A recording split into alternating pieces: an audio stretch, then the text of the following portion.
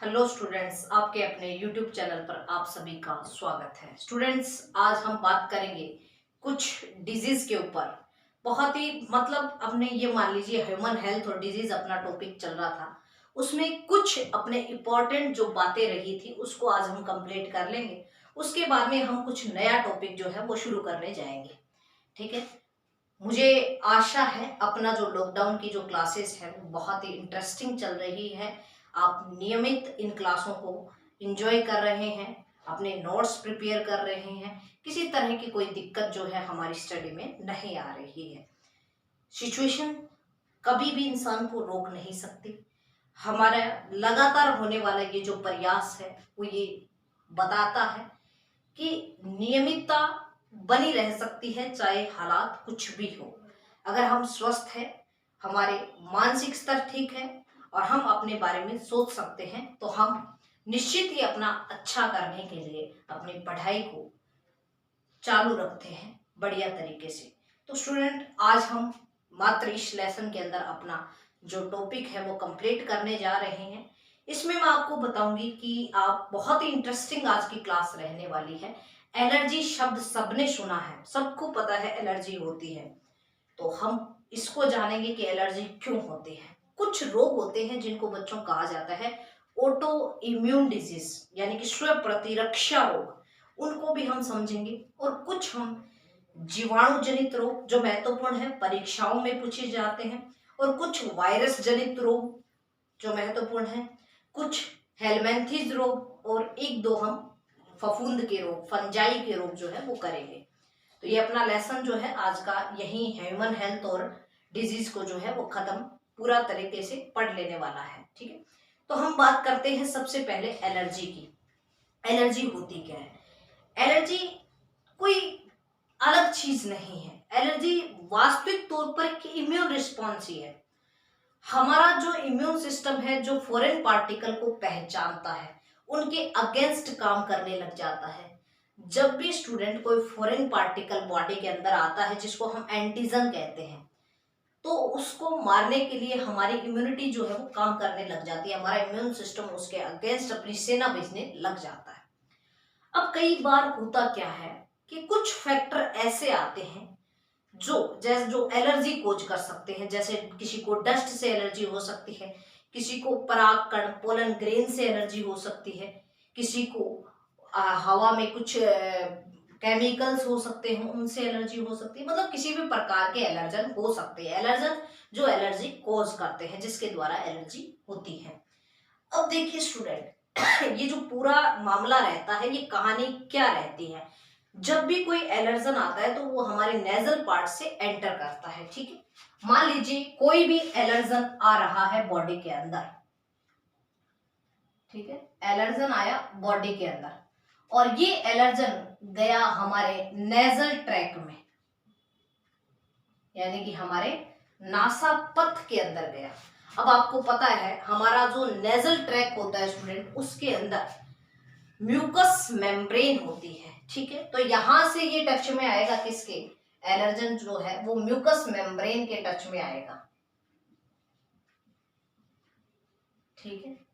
ये जब mucus membrane के टच में आता है तो क्या होता है, यहां से कुछ स्पेशल सेल जो है वो एक्टिव होती है। यहां से कुछ स्पेशल सेल एक्टिव होगी जिसको हम कहते हैं एंटीजन प्रेजेंटिंग सेल। APC लिख देती हूँ। एंटीजन प्रेजेंटिंग सेल जो है वो यहां से एक्टिव हो जाएगी। अब स्टूडेंट, इन सेल के अंदर स्पेशल फीचर होते हैं कि ये जाकर टी सेल को एक्टिव कर देती है। टी सेल यानी कि हमने कहाँ पढ़ा था? हमने पढ़ा था इम्यून सिस्टम के अंदर, जो इम्यूनिटी वाला टॉपिक मैंने पढ़ाया था, वहां मैंने टी लिम्फोसाइट, बी लिम्फोसाइट का जिक्र किया था। तो यहां से स्टूडेंट ये टी सेल जो है वो एक्टिव हो जाएगी। ये टी सेल जाकर किसको एक्टिव करेगी? बी सेल को। यहां से ये एक्टिव करेगी बी सेल को। जब भी बी सेल एक्टिव होती है तो बी सेल की एक स्पेशल क्वालिटी है, बी सेल करती है एक एंटीबॉडी रिलीज, जो स्पेशली क्या होती है, जब हमें एलर्जी होती है उसी दौरान आती है। तो उस एंटीबॉडी को कहा जाता है IgE। यहां से रिलीज हुई IgE। ये IgE यहां से जाकर मास्ट सेल से जुड़ जाती है। कहां से जुड़ेगी? ये जाकर मास्ट सेल से बाइंड हो जाती है। जैसे ये मास्ट सेल से बाइंड होती है, दो जो हम कह सकते हैं केमिकल रिलीज होते हैं, पहला है हिस्टामिन और दूसरा है सीरोटोनिन। यहां से हिस्टामिन और दूसरा है सेरोटोनिन। हिस्टामिन और सीरोटोनिन यहां से रिलीज होंगे और ये जो स्टूडेंट हिस्टामिन और सीरोटोनिन है, ये जाकर जो हमारी ब्लड वेजल्स है उस पर इफेक्ट डालेंगे। ब्लड वेजल्स को क्या कर देंगे, डायलेट कर देंगे। क्या कर देंगे, डायलेट कर देंगे। डायलेट का मतलब कह सकते हैं चौड़ा कर देंगे। और दूसरा इसकी मेम्ब्रेन को भी क्या कर देंगे, इफेक्टिव कर देंगे। मेम्ब्रेन के ऊपर भी उसको या तो पतला करेंगे या इफेक्ट डालेंगे उसके ऊपर। ब्लड वेजल्स की मेम्ब्रेन पर भी अपना इफेक्ट डालेंगे। ठीक है, तो यहां से जब हमें ये फीचर्स मिलता है, ये लक्षण जब आता है, तो यहां से स्टूडेंट हमारी बॉडी के अंदर इस मेम्ब्रेन्स पर स्वेलिंग आने लगती है और स्वेलिंग से हमें छींके, ठीक है, यहाँ से कुछ लिक्विड फ्लूइड जो है वो निकलने लगता है म्यूकस मेम्ब्रेन से। तो ये सब फीचर जो है हमें लगता है ये एलर्जी है। हाँ, यही एलर्जी है। तो आप समझ पा रहे हैं एलर्जी कोज करने के अंदर कितने फैक्टर्स, कितनी तरह के एजेंट्स का योगदान होता है। पहले एलर्जन, फिर म्यूकस मेम्ब्रेन, फिर टी सेल और फिर बी सेल, उसके बाद में आईजीई एंटीबॉडी मास्ट सेल से बाइंड होगी और हिस्टामिन और सीरोटोनिन आएगा जो ब्लड वेजल्स पर इफेक्ट डालेगा और यहां से हमें एलर्जी हो जाएगी। ठीक है, अब हम इससे आगे चलते हैं। हम बात करते हैं किसकी, हम बात करते हैं ऑटो इम्यून डिजीज की। ऑटो इम्यून डिजीज कुछ भी नहीं है, यह भी इम्यून रिस्पॉन्स ही है। कोई भी एंटीजन आता है, बॉडी का काम क्या है, उसको मारना है, उसके अगेंस्ट एंटीबॉडी बनाना है। होता क्या है स्टूडेंट, इसके अंदर हम जानते हैं कि बी लिम्फोसाइट जो होती है उसके अंदर क्वालिटी होती है कि वो अपना और पराया पहचान सकती है। कोई भी फॉरेन पार्टिकल है तो उसको पहचान सकती है। कई बार लिम्फोसाइट्स जो है वो अपनी ये क्वालिटी जो है वो खो देती है, और जब लिम्फोसाइट अपनी ये क्वालिटी खो देती है, बी या टी जो भी है, जब ये अपनी क्वालिटी खो देगी, आपने पढ़ा है ना, बी जो है ह्यूमरल इम्यूनिटी से रिलेटेड होता है, टी जो है सेल मीडिएट इम्यूनिटी से रिलेटेड होता है। पीछे मैंने इम्यूनिटी में बताया था आपको। जब ये अपनी क्वालिटी खो दे किसी भी फॉरेन पार्टिकल को और अपने पार्टिकल में अंतर करना भूल जाए, तो ये अपने ही सेल के अगेंस्ट इम्यूनिटी बनाने लगती है, अपने ही सेल के अगेंस्ट काम करने लगती है, एंटीबॉडी बनाने लगती है और उनको क्या करने लगती है, मारने लगती है। इसी को कहा जाता है ऑटो इम्यून डिजीज या डिसऑर्डर। हम बात करें इसके अंदर फेमस एग्जांपल है रूमेटाइटिस आर्थराइटिस का। इसके अंदर स्टूडेंट क्या होता है, हम जो जॉइंट्स होता है और जॉइंट्स के साइनोवियल जो मेम्ब्रेन होती है उस पर एंटीबॉडी जो है इफेक्ट डालने लगती है और उसको मारने लगती है।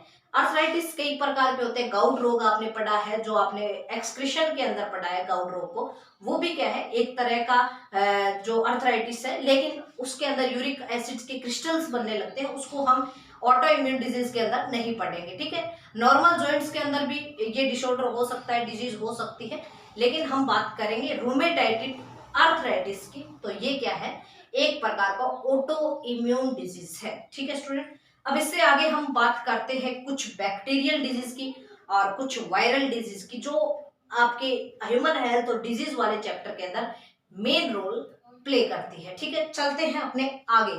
ठीक है, नेक्स्ट स्लाइड मैं आपके लिए तैयार कर लेती हूँ, स्लाइड बदलती हूँ, आप रुके रहिएगा। हाँ, नेक्स्ट हम बात करें स्टूडेंट तो टाइफाइड की।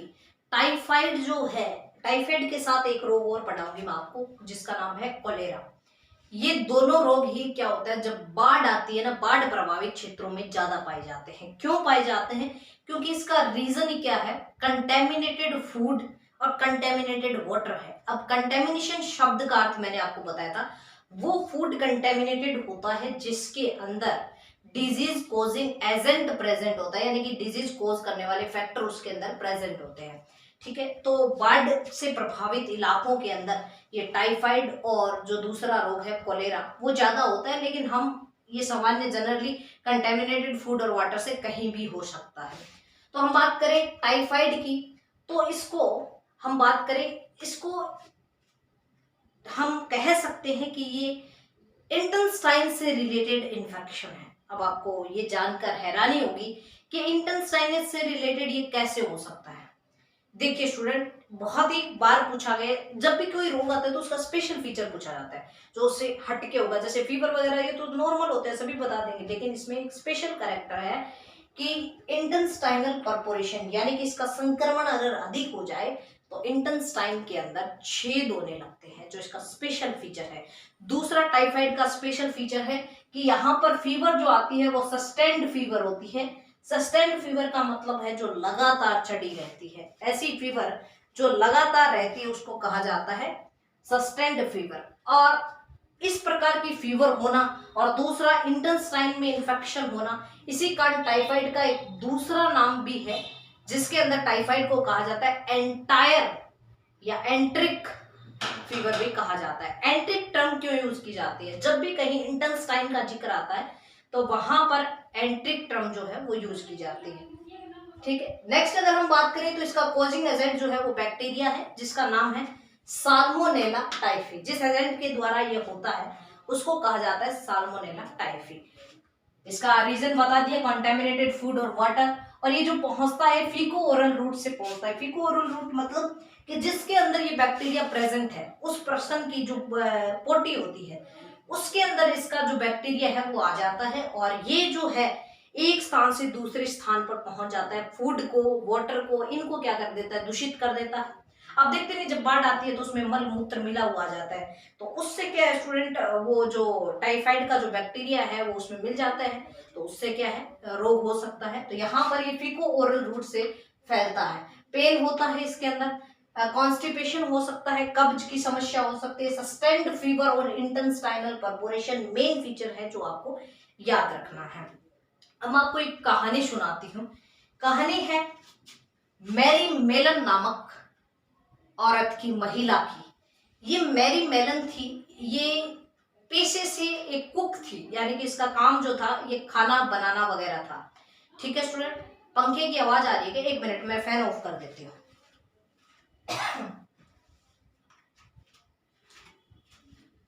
तो ये जो मैरी मेलन थी स्टूडेंट, इसका काम था भोजन बनाना और लोगों को खिलाना।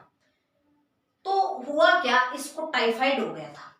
टाइफाइड होने के बाद ये थोड़ी सी सुगली टाइप की थी। कहने का मतलब ये जो पोटी करके अपने हाथ ढंग से नहीं धोती थी। दूसरा, ये मलमूत्र त्यागने के बाद भी मतलब नाखूनों में इसके जो जमा रह जाता था बैक्टीरिया वगैरह, तो ये उन्हीं हाथों से खाना बनाती थी और वो बैक्टीरिया जो है खानों में मिल जाता था। वो जो फूड है वो जब दूसरे व्यक्ति खाते थे तो उनके अंदर भी बैक्टीरिया पहुंच जाता था और उसपे की क्या हो जाता था, टाइफाइड हो जाता था, एंट्रिक फीवर हो जाता था। इसी कारण स्टूडेंट ये मैरी मेलन का केस जो है इसको मैरी टाइफाइड भी कहा जाता है और ये मैरी मेलन का केस बहुत ज्यादा फेमस है इतिहास के अंदर। और ये जो मैरी मेलन है, इसे ये जो है ये कैरियर बनी थी उस टाइम में टाइफाइड की, जो आपको याद रखना है। ये क्या होता है ना, कई बार जो स्पेशल फीचर होता है उसके अंदर क्वेश्चन पूछ लिया जाता है, टाइफाइड का एक स्पेशल इतिहास में कौन सी महिला का जिक्र किया जाता है, तो मैरी मेलन का किया जाता है। नेक्स्ट हम बात करते हैं कोलेरा की। कोलेरा भी क्या होता है, कंटेमिनेटेड फूड से फैलता है, कंटेमिनेटेड वाटर से फैलता है। इसका जो कॉजिंग एजेंट है वो है विब्रियो कोलेरी। क्या है? Vibrio cholerae. और हम बात करें, ये भी जो है फीको ओरल रूट से फैलता है। इसमें डायरिया हो सकता है हमें। डायरिया मतलब कि लगातार जो है वो दस्त, और इसमें जो दस्त लगते हैं स्टूडेंट उसकी बिल्कुल उसके फीचर्स होते हैं राइस वाटर जैसे। कोलेरा में राइस वाटर जैसे, यानी कि यूं जैसे चावल का पानी होता है ना, वैसा पतला जो है समस्या डायरिया की हो जाती है। डायरिया होता है, उसके साथ साथ स्टूडेंट डिहाइड्रेशन भी हो जाता है, जल की कमी भी बॉडी में होने लगती है, वोमिटिंग और दस्त इसके मेन फीचर है कोलेरा के। विब्रियो कोलेरी नामक बैक्टीरिया से जो होता है, जीवाणु के द्वारा होता है। और लगातार ऐसा होने से, डायरिया होने से, उल्टी होने से व्यक्ति के अंदर क्या है, डिहाइड्रेशन की समस्या हो जाती है और लगातार अगर डिहाइड्रेशन रहता है तो इससे मौत भी हो सकती है। तो ये जो दो मेन डिजीज आपको टाइफाइड और कोलेरा जो है वो याद रखनी है। इससे आगे हम बात करते हैं स्टूडेंट न्यूमोनिया की। ठीक है, मैं स्लाइड नेक्स्ट निकाल लेती हूँ, आप रुकिएगा। हाँ, नेक्स्ट बात करते हैं न्यूमोनिया और ब्यूबोनिक प्लेग की, दोनों ही क्या है, बैक्टीरियल डिजीज है। न्यूमोनिया की बात करें स्टूडेंट, तो इससे पहले वो टाइफाइड पढ़ा था ना, उसका मैं बता दूं, टाइफाइड में एक टेस्ट होता है जिसमें हम कहते हैं टाइफाइड को बिगाड़ मत लेना, वरना जो हमारी इंटेस्टाइन है उसमें छेद होने लग जाएंगे। तो बिगाड़ मत लेना टाइफाइड को, बिगाड़ मतलब विडाल टेस्ट, ठीक है, उसका टेस्ट जो है विडाल है, वो भी याद रख लेना। न्यूमोनिया की बात करें तो न्यूमोनिया जिसके द्वारा होता है उस बैक्टीरिया का नाम है स्ट्रेप्टोकोकस न्यूमोनियाई, ठीक है। इसका दूसरा एजेंट होता है जिसका नाम है हीमोफिलस इन्फ्लुएंजाई। इन्फ्लुएंजा शब्द बोलते ही आपको लगता है कि इससे तो जुकाम होता है, तो इन्फ्लुएंजा से जो जुकाम वगैरह के इन्फ्लुएंजा वाले करेक्टर आते हैं, तो इन्फ्लुएंजा वाले करेक्टर तो क्या होते हैं, न्यूमोनिया के अंदर शुरू होते हैं, लेकिन थोड़ा सा इसमें क्या है, अलग करेक्टर है, वो भी सिम्टम्स है जो मैं आपको बताऊंगी, ठीक है। तो स्ट्रेप्टोकोकस न्यूमोनिया और हीमोफिलस इन्फ्लुएंजा इसके कॉजिंग एजेंट है जो आपको याद रखने हैं। इन्फेक्शन पर्सन टू पर्सन कैसे सप्लाई होता है, तो वो होता है स्टूडेंट छींकने और खांसने से, जो ड्रॉपलेट हमारे मुंह से जाती है अन्य व्यक्ति तक, तो उस ड्रॉपलेट से इन्फेक्शन जो होता है वो कॉज होता है एक व्यक्ति से दूसरे व्यक्ति, ठीक है। तो नेक्स्ट इसके जो सिम्टम्स है उसमें कंपी लगकर बुखार आना, चिल्स फीवर, यानी कि कंपी लगना, बुखार आना, ये दो सिम्टम्स इसके मेन है। उसके बाद में जो मैं आपको बताती हूँ, जो आपको याद रखना है, स्पेशल जो इसके सिम्टम्स होते हैं वो पूछे जाते हैं। तो देखिए, एल्वोलाई फिल्ड विद फ्लूइड, यहाँ हमारी जो ये रेस्पिरेटरी ट्रैक है उसके अंदर लंग्स में जाकर जो एल्वोलाई होता है जिसके अंदर हवा भरी जाती है, उन कोटर के अंदर क्या होता है स्टूडेंट, फ्लूइड भर जाता है, और फ्लूइड के भरने से उसके अंदर ऑक्सीजन पूरी तरह से नहीं भर पाती, इस कारण बॉडी के अंदर ऑक्सीजन नहीं पहुंच पाती, ऑक्सीजन की कमी हो जाती है, और ऑक्सीजन की कमी होने से हमारे होठ और हमारे नेल्स जो होते हैं वो ब्लूइश और ग्रेइश, नीले और सलेटी रंग के हो जाते हैं। तो ये मेन कैरेक्टर जो मेन सिम्टम्स हैं जो दो मैंने बताए, ब्लूइश ग्रेइश, नेल्स लिप्स और एल्वोलाई फिल्ड विद फ्लूइड, ये दो जो है आपको स्पेशली याद रखने हैं, ध्यान रखना। नेक्स्ट हम बात करते हैं ब्यूबेनिक प्लेग की। देखिए, एक टाइम में जब हुआ था ये रोग, इतना फैला था कि इसने यूरोप की काफी जनसंख्या को, कहते हैं आधी जनसंख्या को मात दे दी थी, आधी जनसंख्या को मार दिया था। ब्यूबेनिक प्लेग यूरोप में बहुत अधिक फैला था ये ब्यूबेनिक प्लेग। प्लेग नाम लेते हैं जब हमारे दिमाग में आता है कि ये चूहे से होता है, बिल्कुल इसको हम पढ़ते हैं कैसे चूहे से होता है। देखिए स्टूडेंट, इसका जो एजेंट है वो है यर्सीनिया पेस्टिस, कॉजिंग एजेंट है, ये एक बैक्टीरिया है जिसका नाम है यर्सीनिया पेस्टिस। अब ये जो बैक्टीरिया है स्टूडेंट, ये जीनोफाइसेला पर, जीनोफाइसेला एक इंसेक्ट टाइप में एक फ्रीज सा है उसके ऊपर रहता है, ठीक है। तो यर्सीनिया पेस्टिस जो है जीनोफाइसेला में चला जाता है, और ये जीनोफाइसेला जो है चूहे पर बैठा रहता है, यहाँ पर चूहे पर बैठा दे इसको, ठीक है, बैठा देते हैं, ये चूहे पर बैठा है जीनोफाइसेला, और यहां से ये चूहे के अंदर ये जो अर्सीनिया पेस्टिस पहुंच गए, ये यहां से इस चूहे के माध्यम, चूहे तो कॉमन है हमारे संपर्क में रहते ही हैं, चूहों से ये पहुंच जाता है मनुष्य के अंदर, और जब ये मनुष्य के अंदर आ जाता है तो कहते हैं यर्सीनिया पेस्टिस से बॉडी के ऊपर स्पॉट होने लग जाते हैं। जो स्पॉट प्रारंभिक कंडीशन में होते हैं तो वो होते हैं स्टूडेंट थोड़े थोड़े रेड कलर के, और जैसे ही कंडीशन ज्यादा बढ़ती है, सिचुएशन ज्यादा हावी होती है, तो ये जो स्पॉट होते हैं स्टूडेंट, ये जो रेड कलर से है ये ब्लैक कलर में चेंज होने लग जाते हैं। और जब यूरोप में ये रोग हुआ था तो इसकी जो स्टोरी मैंने पढ़ी तो इसमें ये था कि जब किसी परिवार वाले के प्लेग रोग हो रहा था, उसके बॉडी पर लोग क्या करते थे, रेड और ब्लैक स्पॉट देखते उसको छोड़ के भाग जाते थे, भले वह उसका बेटा क्यों ना हो, भले ही वो, क्योंकि उसमें क्या था, डेथ निश्चित थी, कोई उसका इलाज नहीं था। तो वो रोग था ब्यूबेनिक प्लेग, जो चूहे के माध्यम से व्यक्तियों में फैला था, और जिसमें हमें जो स्पॉट हो रहे थे बॉडी के ऊपर वो ब्लैक कलर के हो रहे थे, और इन ब्लैक स्पॉट से लास्ट में व्यक्ति की जो क्या हो रही थी, डेथ हो रही थी, मृत्यु हो रही थी। इस कारण इसको जो है क्या कहा गया, ब्लैक डेथ भी कहा जाता है ब्यूबेनिक प्लेग को। दोनों ही क्या है, बैक्टीरियल डिजीज है। आप स्क्रीनशॉट ले लीजिए, मैं स्लाइड जो है वो चेंज करती हूँ, उतार लीजिएगा, स्क्रीनशॉट से बेटर है आप उतारो, नोट्स तैयार करो तो वो ज्यादा बेटर है, ठीक है। मैं स्लाइड चेंज करती हूँ, आगे डिजीज पढ़ते हैं। हाँ, ये देखिए स्टूडेंट, मैं आपके लिए कुछ बैक्टीरियल डिजीज की ट्रिक लेके आई हूँ, जिससे आपको कॉमन जो बैक्टीरियल डिजीज है वो आसानी से याद हो जाएगी। तो ये ट्रिक अपने साथ साथ में इसमें नोट कर लेंगे, ताकि हमारा ये जो टॉपिक है वो कंप्लीटली अच्छे से हो जाए। ठीक है, तो देखिए इसकी जो ट्रिक है बैक्टीरियल डिजीज की, जो है जीएसटी पंडित का न्यू टीका है। इससे हमें जो बैक्टीरियल डिजीज याद होंगी वो इस कदर है। जी से हुआ स्टूडेंट गोनेरिया, एस से हुआ सिफिलिस, टी से हुआ typhoid, gonorrhoea syphilis typhoid, GST. Next है पंडित, पी से हुआ प्लेग रोग।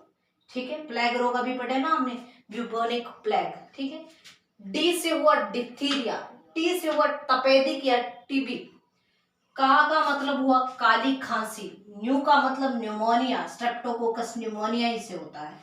टी से हुआ टीटनेस, टीटनेस के बारे में मैंने स्टोरी सुनाई थी ना आपको। टीटनेस का जो क्लोस्ट्रीडियम टिटेनी है वो इंटेंस्टाइन डोमेस्टिक जो हमारे पालतू जानवर होते हैं उनकी इंटेंस्टाइन में रहता है, और उनकी व्हीकल मटेरियल, उनके फिर जो मटेरियल होता है पॉटी वगैरह, उनसे जो है एक्सक्रीट्रा के थ्रू बाहर निकल जाता है और वहां से इन्फेक्शन कोज करता है। तो ये जो टिटनेस है वो हुआ। कैसे कुष्ठ रोग, जिसको लेप्रोसी भी कहा जाता है से हेजा, हेजा यानी कि अभी जो पढ़ा था विब्रियो कोलेरी से जो कोलेरा हो रहा था वही हेजा है। तो ये जो हमें याद रखनी है स्टूडेंट, क्या है, ये सारी की सारी बैक्टीरियल डिजीज है, जो आपसे ऑप्शन के अंदर कभी किसी कंपटीशन में पूछी जा सकती है। तो आप इनको नोट कर लें। इससे आगे हम चलते हैं नेक्स्ट डिजीज की ओर, जिसमें हम बात करेंगे वायरल डिजीज पे। हाँ, ये देखिए स्टूडेंट, आपके लिए जो ट्रिक है वो है वायरल डिजीज पे। इससे आपको जो जितनी भी वायरल डिजीज है जो वायरस से होती है वो सारी की सारी याद हो जाएगी। आपको अभी यही इसी पेज पे इसको नोट कर लेना है। भले ही आपने पीछे नोट कर रखी हो, लेकिन इसको जरूर नोट करें, ताकि जो है हमारा जो रजिस्टर है वो इस तरह तैयार हो जाए कि हमें कहीं और फिर पेज खंगालने की जरूरत ना पड़ेगी। नोट्स हम ऐसे तैयार कर रहे हैं जो हमें पूरा उस टॉपिक का कंप्लीट ज्ञान दे रहा है। ठीक है, तो यहां से हम बात करें वायरल डिजीज की, तो ये ट्रिक है, ए चाचा इन्हें डांटो मत, खरे गाल पर छापो। ठीक है, वायरस डिजीज की बात हो रही है, वायरस कोरोना वायरस, तो वायरस की जहां बात आ रही है तो हम कह रहे हैं ए चाचा इन्हें डांटो मत, बाहर जा रहे हैं, इनको डांटो मत, खरे गाल पर छापो, यहां से याद हो जाएगी। तो देखिए, ए से एड्स, च से चाचा से चेचक, इन्हें इन्फ्लुएंजा, डांटो डेंगू, डा से डेंगू, और टो से टेकोरमा, मत मेनिंजाइटिस, ख से हुआ स्टूडेंट खसरा, रे से रेबीज, गाल से हुआ गल शुआ, और पै से हुआ पोलियो, और छापों में हमें यह पी लेना, छ नहीं लेना, और इससे हुआ पीलिया। तो ये सारे के सारे क्या है, वायरल डिजीज है। ए चाचा इन्हें डांटो मत, खरे गाल पर छापो। इस एक ट्रिक से आपको सारे के सारे वायरल जो डिजीज है वो याद हो जाएंगे। एड्स, चेचक, इन्फ्लुएंजा, डेंगू, टेकोरमा, मेनिंजाइटिस, खसरा, रेबीज, गर्ल्स हुआ, पोलियो और पीलियो, पोलिया पीलिया दोनों ही जो है वो वायरल डिजीज है जो आपको याद रखनी है। ठीक है स्टूडेंट, इससे आगे अगर हम बात करें तो जो मेन बात मैं आपको बताना चाहती हूँ आगे की बात, उसके अंदर हम हेलमेंथिस डिजीज की ओर बात कर रहे हैं। हेलमेंथिस डिजीज की, हेलमेंथिस मतलब जो एसके हेलमेंथिस के मेंबर होते हैं, नहीं दिख रहा क्या, कोई बात नहीं, शब्द पर गौर कर ले। एसके हेलमेंथिस के जो मेंबर होते हैं, जिन्हें हम जनरली निमेटोड भी कहते हैं, जो निमेटोड्स होते हैं, उनके द्वारा भी डिजीज होती है। एक होता है एस्केरिस, जिससे होता है एस्केरियसिस, एस्केरिस से होता है एस्केरियसिस, एस्केरियसिस। उसमें क्या होता है स्टूडेंट, ये जो एस्केरिस होता है ना, ये भी क्या होता है, ये संपर्क में आने से, जिसमें हम कह सकते हैं अनडाइजेस्टेड फूड के साथ एस्केरिस का जो संक्रमण होता है वो फैलता है। अब क्या हुआ, ये एस्केरिस ऐसे भी फैलता है, दूसरा क्या है स्टूडेंट, वाटर के माध्यम से भी फैल सकता है। एस्केरिस का जब संक्रमण होता है तो वो होता है आंत के अंदर, इनको कहा जाता है राउंड वर्म। आंत के अंदर ये चले जाते हैं और कहते हैं पूरी की पूरी आंत, आंत के अंदर जाकर ये संख्या बढ़ाने लग जाते हैं। पूरी की पूरी आंत जो है ये नूडल्स जैसे होते हैं, लंबे लंबे, जो आपने मैगी खाई हो ना उसके जो लंबे लंबे धागे से होते हैं, जैसे उस तरह नूडल्स जैसे होते हैं।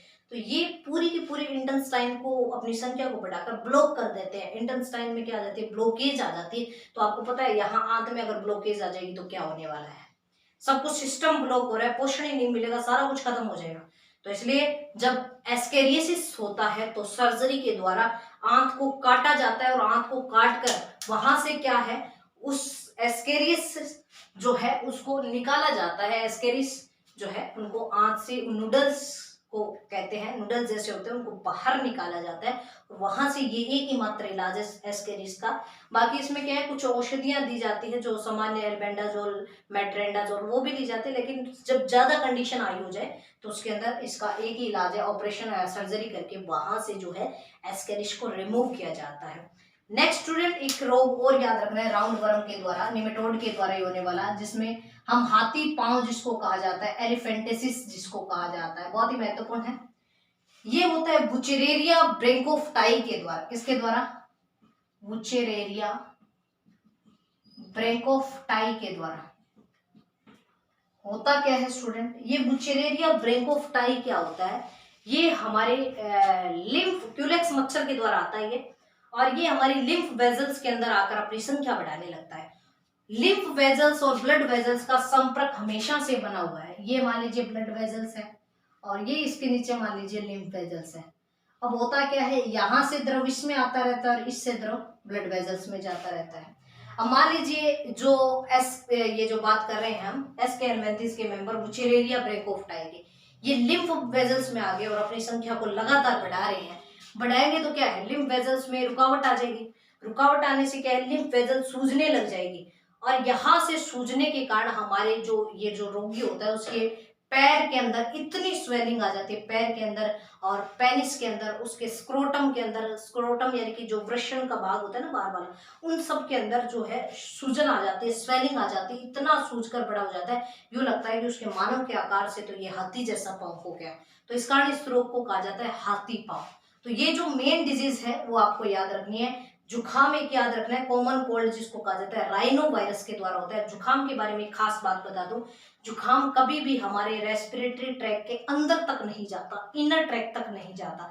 वो रहता है अपर, राइनो वायरस के द्वारा कोज होने वाला वो रहता है हमारे अपर रेस्पिरेटरी ट्रैक के अंदर, यानी कि ऊपर ऊपर रहता है, और कम से कम 4 या 5 दिन या 3 से 7 दिन तक ये रहता है। और उस दिन के अंदर ये राइनो वायरस अपनी संख्या को इंक्रीज करता है, उसके बाद में ये ऑटोमेटिक खत्म होने लग जाते हैं। कुछ एंटीबायोटिक्स हम लेते हैं, लेकिन ये कहते हैं कि एंटीबायोटिक्स अगर ना भी लो ना तो ये थोड़े टाइम के बाद में ऑटोमेटिक आपका जुकाम जो है वो ठीक हो जाता है। तो ये जो राइनो वायरस के द्वारा जुकाम होता है इसको भी आपको याद रख लेना है। ये जो रोग है, स्पेशल फीचर्स, आपका स्पेशल होमवर्क है, आप क्या करोगे, ये जो रोग आपको दिखे हैं इनके बारे में आप एक एक दो दो लाइनें कॉजिंग एजेंट वगैरह की, बाकी एड्स मैंने पढ़ा रखा है, चेचक जिसको चिकन पॉक्स कहा जाता है, स्मॉल पॉक्स तो रिमूव हो गया क्योंकि स्मॉल पॉक्स जो था ना आज इरेडिकेट हो गया, पूरी पृथ्वी से इसका उन्मूलन कर दिया, क्योंकि इसकी जो वैक्सीन बनाई थी, किसने बनाई थी याद कीजिएगा, एडवर्ड जेनर ने, और वो वैक्सीन बहुत ही कारगर सिद्ध हुई जिसने स्मॉल पॉक्स को टोटली जो है इरेडिकेट कर दिया, खत्म कर दिया। इसके अलावा आप इनके बारे में थोड़ी थोड़ी जो स्पेशल जानकारी है वो लिख लें। यहाँ से अपना जो टॉपिक है वो कंप्लीट होता है। बने रहने के लिए बहुत बहुत धन्यवाद, और अपने zoology with Ankita ma'am YouTube channel पर आप सभी का फिर से दिल से स्वागत है। जितना हो सके इन जानकारी को अपने स्टेटस पर अपने सहपाठियों को उनको शेयर कीजिएगा, ताकि मेरा ये प्रयास जो है वो निःशुल्क शिक्षा का वो जो है सब तक पहुंच सके, और आपको भी एक आंतरिक खुशी की अनुभूति हो। बने रहने के लिए बहुत बहुत धन्यवाद।